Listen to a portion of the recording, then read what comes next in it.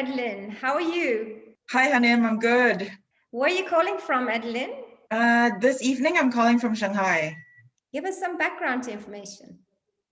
Sure. I've been living in Shanghai for 4 years, and before that, I was in Hong Kong for 10. And I'm originally from Singapore, born and bred there. I graduated from university in Singapore, and then I went to the UK to study fashion, went back to Singapore to work, and then I've been around the world since. And what was your first job? Well, my first job was in a little stall in Portobello Market in London when I was trying to feed myself and put myself through school.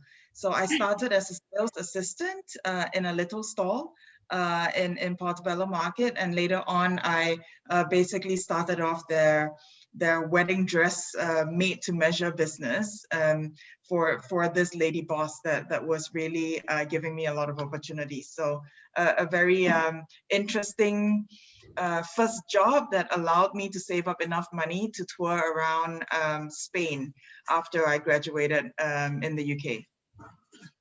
Tell us your current role and function, and what are the key elements of your current job?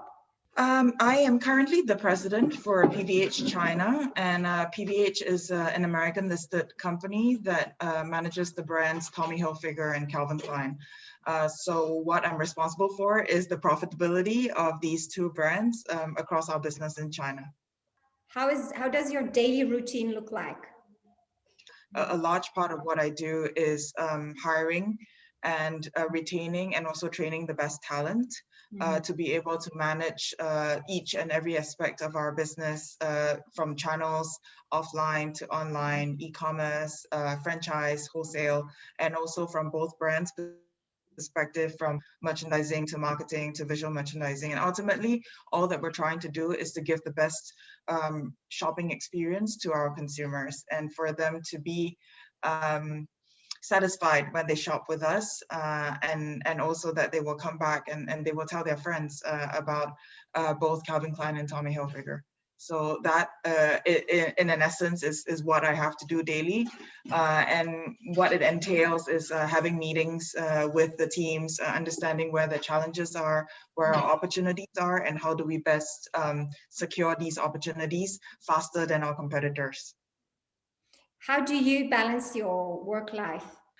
I don't always do very well at that, but I have two dogs, as you can see, so they keep my life very real. I think when I spend time with them, when I watch them, I think life can be filtered down to the very essence of really enjoying and being happy every day. So in terms of balancing, apart from work, I try to keep fit. So it can be yoga, going to the gym, going for a long bike ride out in the mountains, 3 hours away from Shanghai. So I'm very much an outdoors person. So I really enjoy getting sunlight, breathing fresh air, and just getting out of the city for a bit. And also connecting with friends. I have a good group of friends here in Shanghai that keep me sane as well. We hang out, go check out the nicest cafes around, the newest thing, and yeah, just visiting exhibitions and things like that. So any advice for anyone looking to follow your steps or wanting to be in a position or job that you're in? What would you recommend to them?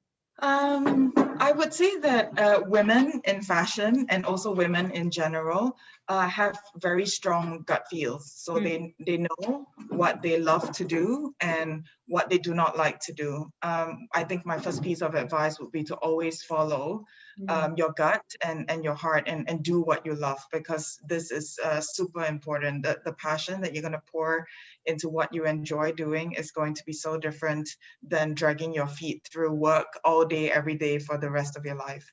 So what is the best piece of advice you ever received in your career? The best piece of advice I have ever received was from my boss's boss, maybe about 10, 12 years ago now.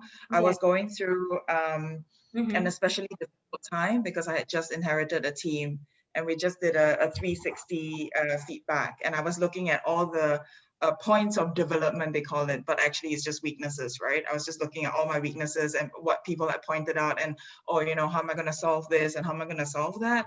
And he said one sentence to me that has changed the way that I look at work in general, but also how I develop myself personally. And his piece of advice was, make your strengths so strong that that everyone around you would ignore the weaknesses that you have. So focus more on developing your strengths than you would trying to solve your weaknesses, because all of us will always have strengths and weaknesses. And I feel like women, we have a tendency to focus very much on what we're not good at, as opposed to saying, this is what I'm good at, and I'm going to make it so good that no one is going to notice what my weaknesses are.